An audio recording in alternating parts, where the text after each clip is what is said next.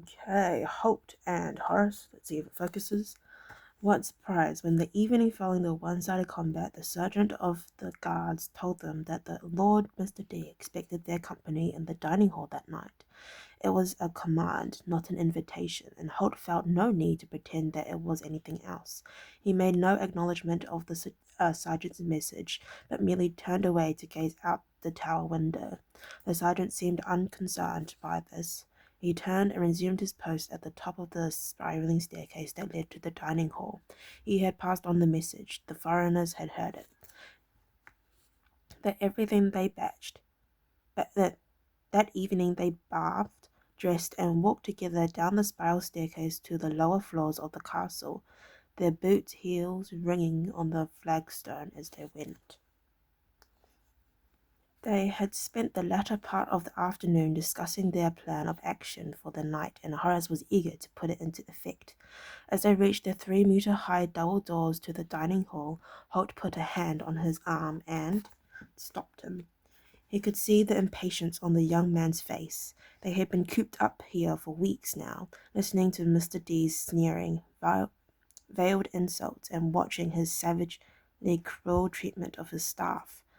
The incidents with the cook and the young knight were only two of many. Holt knew that Horace, with his impatience of all young men, was keen to see Mr. D given his comeuppance. He also knew that the plan they had agreed on would depend on patience and proper timing. Holt had realized that Mr. D's need to appear invincible to his men was a weakness they could exploit. Mr. D himself had created a situation where he was forced to accept any challenge that might be issued, so long as it were made before witnesses. There could be no carping or quibbling on the warlord's part. If he appeared to show fear or reluctance to accept a challenge, it would be the beginning of a long downward spiral. Now, as they stopped, Holt met Horace's eager, anticipatory gaze with his own. Steady, patient, and calculating. Remember, he said, nothing until I give you the signal. Horace nodded. His cheeks were slightly flushed with excitement. I understand, he said, holding in his eagerness with some difficulty. He felt the ranger's hand on his arm, realized those steady eyes were still on his. He took deep breaths to steady his pulse, then nodded again, this time more deliberately. I do understand, Holt, he said again. He met the ranger's gaze this time, holding it with his own. I won't spoil things, he assured his friend. We've waited too long for this moment, and I'm aware of it. Don't worry. Holt studied him for another long moment. Then, satisfied with the unspoken message he saw in the boy's eyes, he nodded and released his arm. He shoved the double doors back so that they crashed against the wall on either side. Together, Horace and Holt marched into the dining hall to where Mr. D waited for them. The meal they were served was another disappointing example of the much vaunted Gallic cuisine. To Holt's taste, the dishes placed before them depended far too much on a rich and slightly sickly combination of too much cream and an excess of garlic. He ate sparingly, noticing, however, that Horace, with a young man's appetite, wolfed down every morsel that was placed before him. Throughout the meal, the warlord kept up a constant stream of sarcasm and disdain, referring to the clumsiness and stupidity of his own serving staff and to the inept display made by the unknown knight the day before. As was their custom, Holt drank with wine with the meal, while Horace contented himself with water. As they had finished eating the over-rich, heavy food, servants brought jugs of coffee to the table. This, Holt to admit, was one of the things Gallic had with great skill.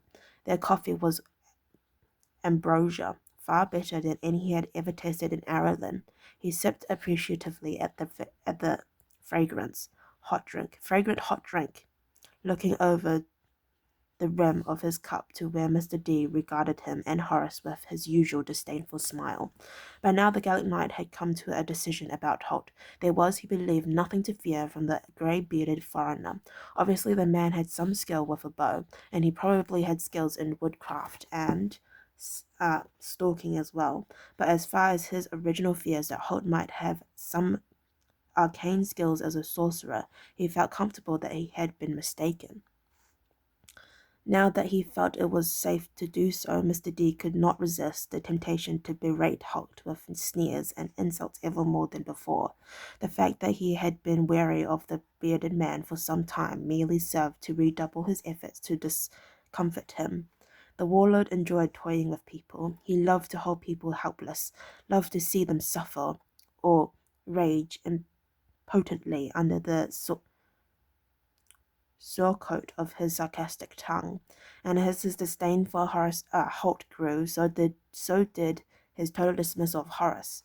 Each time the three of them dined together like this, he waited expectantly for the moment when he could brusquely dismiss the muscular young man and send him, cheeks flaming with rage and embarrassment, back to the tower. Now he judged it was time to do so once more. He tilted his heavy chair on its hind legs, draining the silver goblet that he held in his left hand. He waved the other hand disdainfully in the boy's direction. "Leave us, boy," he commanded, refusing to even look at Horace. He felt a distinct thrill of pleasure when the boy, after a slight pause and a quick glance at his companion, stood slowly and replied with one word: "No." The word hung in the air between them. Mr. D exulted in the boy's rebellion, but he allowed no sign to show on his face. Instead, he affected a heavy frown on apparent displeasure. He turned slowly to face the youth. He could see Horace's breath coming faster as the adrenaline surged through his veins. This was now that this moment had finally arrived. "No," Mr. D repeated, as if he could not believe what he was hearing. "I am the lord of the castle, and my word here is law. My pleasure is the command of all others. You do me the discourtesy of telling me no in my own castle." "The time is past when your word is to be obeyed without question," Horace replied carefully, frowning as he strove to make sure he stayed on the exact wording Holt had laid out. "You have forfeited your right to obedience by your unchivalrous actions." Mr.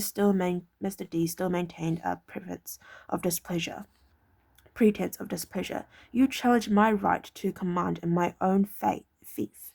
Horace hesitated once more, making sure he phrased his reply exactly as Holt had told him. Accuracy now was of paramount importance. In fact, as Horace realized only too well, it was a matter of life and death.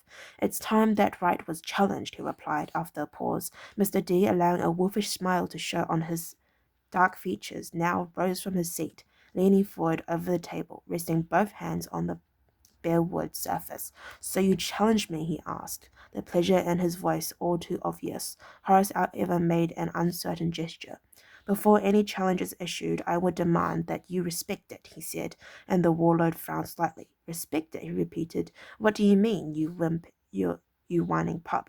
Horace shook his head doggedly, dismissing the insult.